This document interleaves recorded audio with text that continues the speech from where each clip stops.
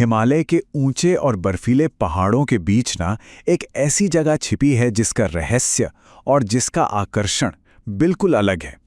आज के इस विश्लेषण में हम एक ऐसे ही आस्था के महान केंद्र को गहराई से समझेंगे, हेमकुंड साहिब। ये एक ऐसी जगह है जहां इतिहास, आस्था और प्रकृति का बहुत ही अद्भुत संगम होता है। 15,000 फीट, जरा सोचिए इसके बारे में। यह सिर्फ एक नंबर नहीं है। हिमालय की इतनी भयंकर ऊंचाई पर होने का सीधा सा मतलब है कि यहां हवा एकदम पतली है और मौसम बेहद कठोर। यहां तक पहुंचना किसी चुनौती से कम नहीं है। एक तरफ जहां ये कठोर बर्फीली चोटियां हैं, वहीं ठीक उनके बीच एक बेहद शांत झील मौजूद है। इतनी जबरदस्त ठंड और बर्फ के बीच इस असीम शांति वाली झील का होना इस जगह को एक अजीब सी रहस्यमयी आभा दे देता है। ये दृश्य देखते ही मन एकदम एकाग्र हो जाता है।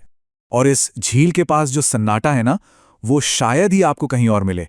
स्रोत बताते हैं कि यह सन्नाटा इतना गहरा और पवित्र है जैसे भगवान खुद वहां विराजमान हो। यकीन मानिए, ये कोई डराने वाली खामोशी नहीं है, बल्कि एक ऐसी शांति है जो सीधे आपकी आत्मा को छूती है। ऊंचे पहाड़ों के बीच इसी निरपेक्ष मौन का अनुभव इसे एक साधारण जगह से एक दिव्य स्थान बना देता है। तो आखिर इस जगह में ऐसी क्या खास बात है? इसका जवाब एक बहुत ही गहरे और प्राचीन इतिहास में छिपा है। कहा जाता है कि यही वो पवित्र स्थान है जहां सिखों के 10वें गुरु श्री गुरु गोबिंद सिंह जी ने अपने पिछले जन्म में घोर तपस्या की थी। ये कोई आज की बात नहीं है। इस गहरी साधना ने यहाँ की ऊर्जा को हमेशा हमेशा के लिए बदल के रख दिया। और इस बात का सबसे बड़ा ऐतिहासिक प्रमाण खुद गुरु साहब की पवित्र रचना वचित्र नाटक में मिलता है। उनके अपने शब्द हैं, हेमकुंड पर्वत है जहां, सप्त श्रृंग शोभित है तहां।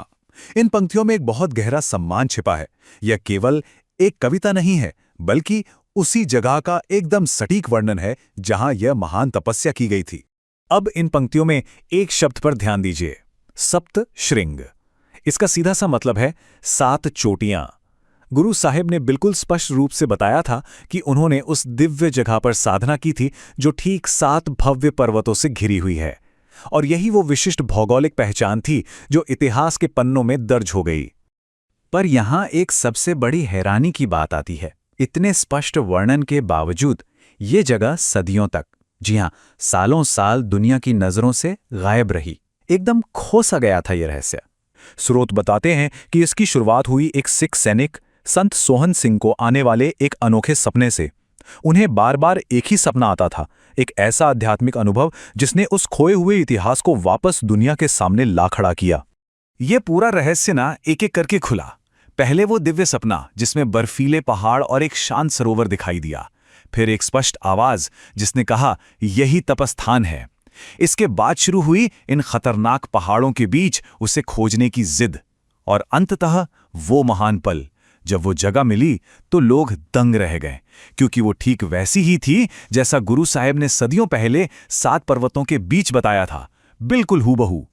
आज के समय में ये खोज सिर्फ अतीत का पन्ना नहीं है, यह एक ऐसी आधुनिक तीर्थयात्रा बन चुकी है जहां आज भी इस दुर्गम स्थान तक पहुंचने के लिए हजारों श्रद्धालु हर साल आते हैं। वो सदियों पुरानी आस्था आज भी उतनी ही जिंदा है जो लगातार लोगों को इन बर्फीली ऊंचाइयों की तरफ खींच लाती है। वैसे इस सफर को पूरा करना कोई बच्चों का खेल नहीं है। यहां ऑक्सीजन का स्तर इतना कम होता है कि सांस लेना तक मुश्किल हो जाता है। पहाड़ों के रास्ते बिल्कुल खड़ी चढ़ाई वाले और बेहद खतरनाक हैं, जहां शरीर की आखिरी बूंद तक की ताकत लग जाती है। यह सिर्फ एक सफर नहीं, इंसान की सहन शक्ति की एक बहुत बड़ी परीक्षा है।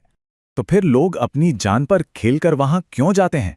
क्योंकि इस खतरे के उस पार जो भावनात्मक इनाम मिलता है वो शब्दों में बयान नहीं किया जा सकता।